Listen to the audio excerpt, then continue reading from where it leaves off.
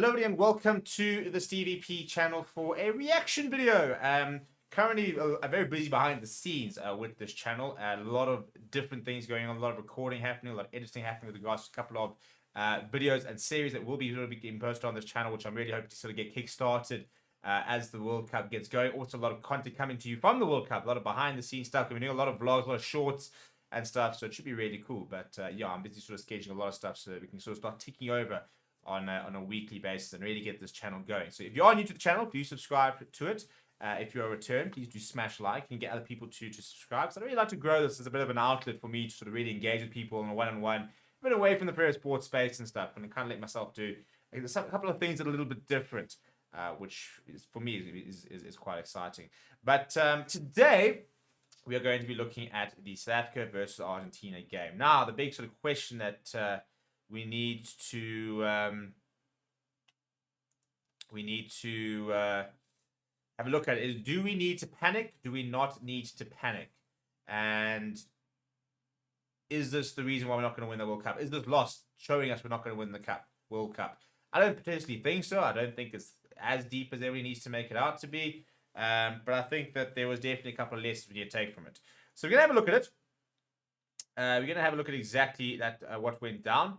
And we're going to look at a couple of things and a couple of questions, for example, that I was sort of want to post people is: where did it go wrong? What were we good at? What we weren't good at? And where are the positive moments? The negative moments, I think, was obviously we didn't really capitalize. We didn't gel as much as we'd like to. But I personally think our rush defense, our defensive system, looked rock solid until we got that yellow card. You can see those 2 late tries. We did make about 200 tackles. And our cover defense was very good. Yes, we're living on the edge. We kind of always are with this defensive system. But with it, are we getting things right? And I think if we look at this passage of play here, is the first early example of the fact that it is working.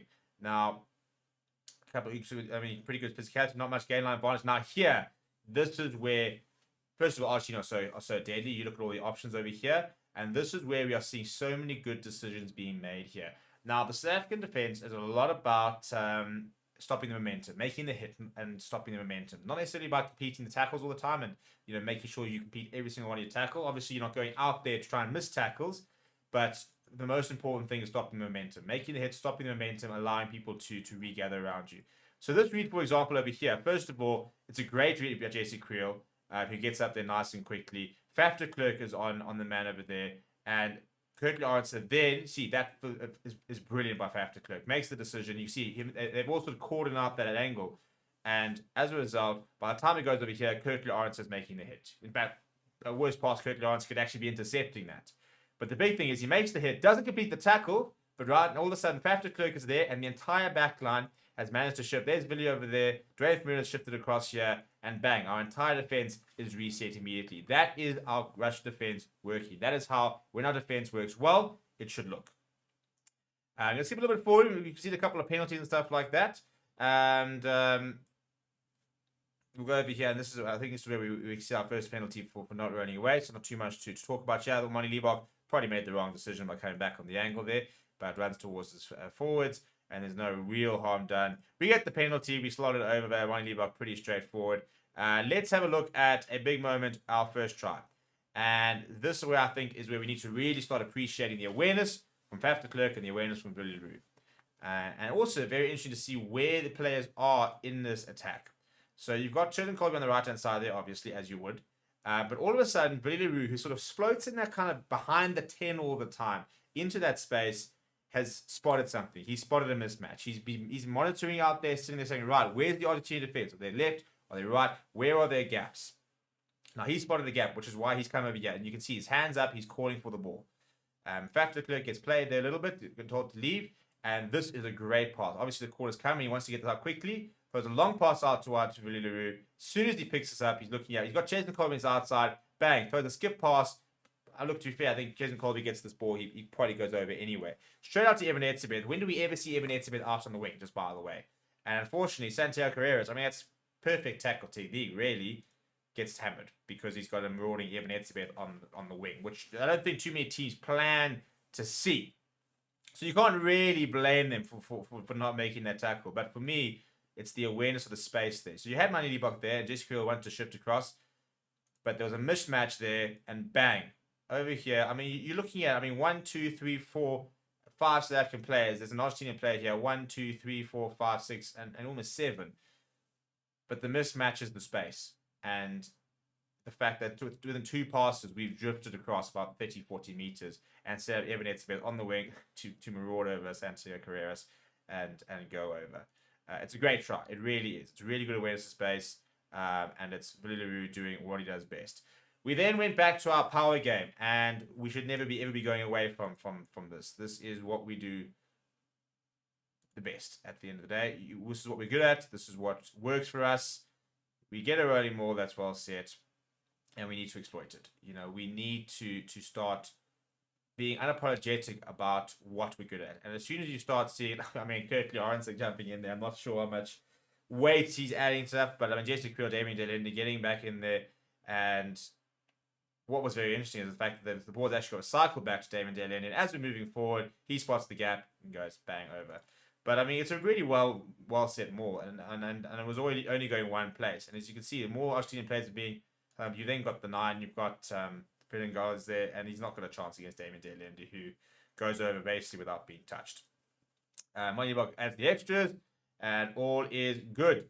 And almost at the end of the first half, bit of deft handling here.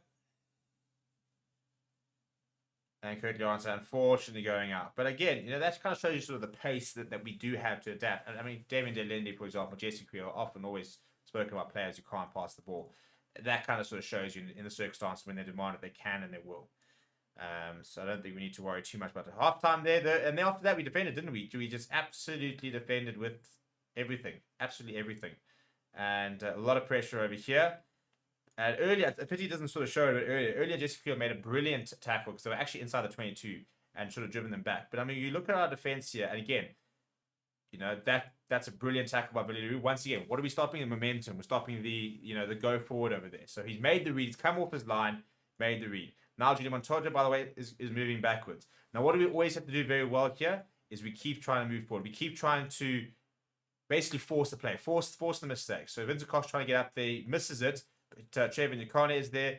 Evan Etzebeth is there. You've got Damien Delende, Jesse Creel. There's actually a lot of Argentinian numbers here. But a poor pass, and Jesse Creel and Damien Delende are up very quickly trying to add the pressure there. I mean, Jesse Creel gets up there so quickly. This is a poor pass. I mean, this could have been popped to anyone, and it would have been a 4-on-1 situation. A 4-on-1 situation.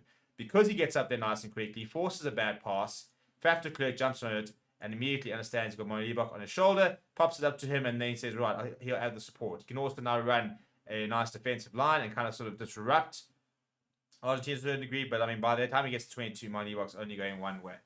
So again, I think that's an example of the fact that, as much as the defensive system looks odd, it's the pressure that creates opportunities. And when it's working really well, it's such an important weapon for us. And we really need to make sure that it is working in all its sense come the World Cup.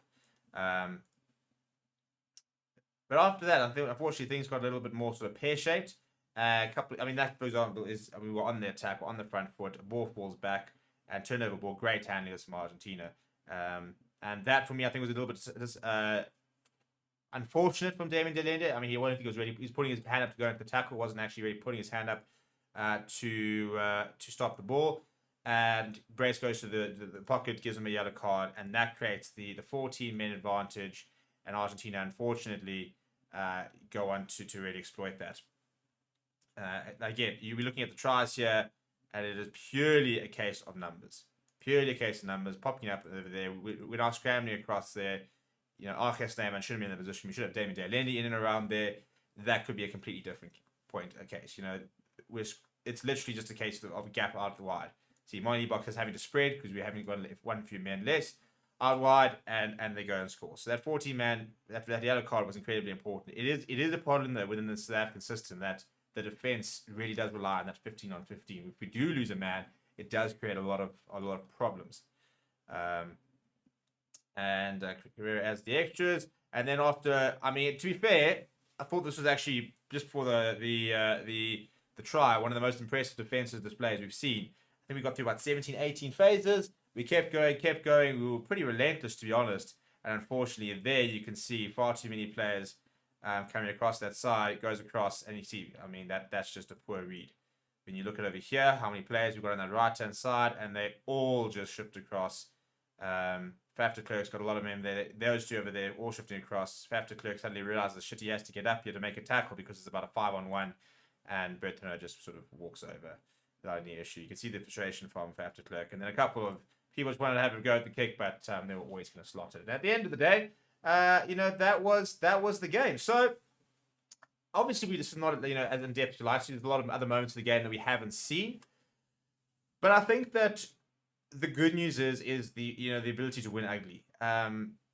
It was a very mediocre block performance. What we didn't see here, a lot of handling errors. We didn't see here are a lot of individual mistakes and moments which were not good enough. But I think that there was, from a progression point of view, the defensive system for me looked a lot better, and the attack was interesting because we were trying a couple of cross kicks, we were trying some new things. Wasn't really coming off though.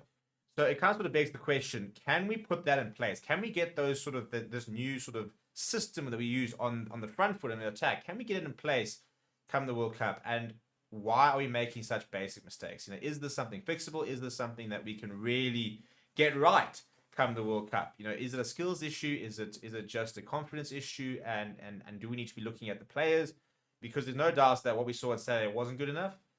There were some positives. I think if you don't see any positive there, I think you didn't watch the entire match, because there certainly were some positives. The ironic thing is, I think, if you look at everybody's individual matches, there weren't that many poor individual performances, but as a team and as a collective, we just didn't really gel, didn't come together, and unfortunately, it really did show.